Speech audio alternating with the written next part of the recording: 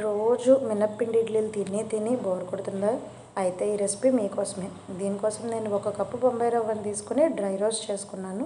Dry roast అంటే నెయ్యి వేయకుండా వేయించుకోవడమే అనమాట, ఉత్తి బొన్ముకుల్లో. దీంట్లోకి నేను ఒక హాఫ్ టేబుల్ స్పూన్ వరకు సాల్ట్ని యాడ్ చేసుకున్నాను. అంటే మన రుచికి సరిపడా సాల్ట్ వేసుకోవాలి. అలాగే ఏ కప్పుతో అయితే బొంబాయి రవ్వను కొలుచుకున్నానో అదే కప్పుతోటి ప్యాకెట్ పెరుగుని తీసుకున్నాను నేను. మీరు ఇంట్లో వాడుకున్న పెరుగైనా పర్వాలేదు, పులిసిన పెరుగు అయితే ఇంకా బాగుంటుంది. ఈ పెరుగుని కలుపుకోవాలి.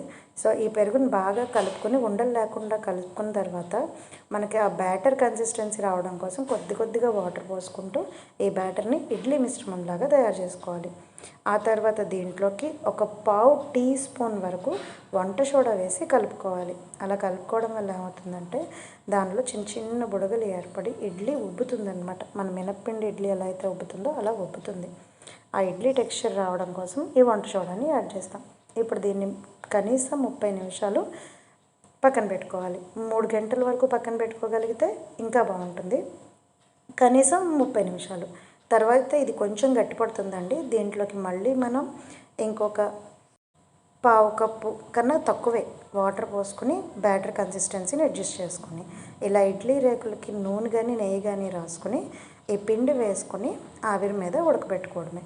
ఇది మన ఇడ్లీ బ్యాటర్ లాగా ఎక్కువసేపు కూడా టైం తీసుకోదండి. తక్కువ 10 నిమిషాల కన్నా తక్కువలోనే ఇడ్లీలు ఉడికిపోతాయి.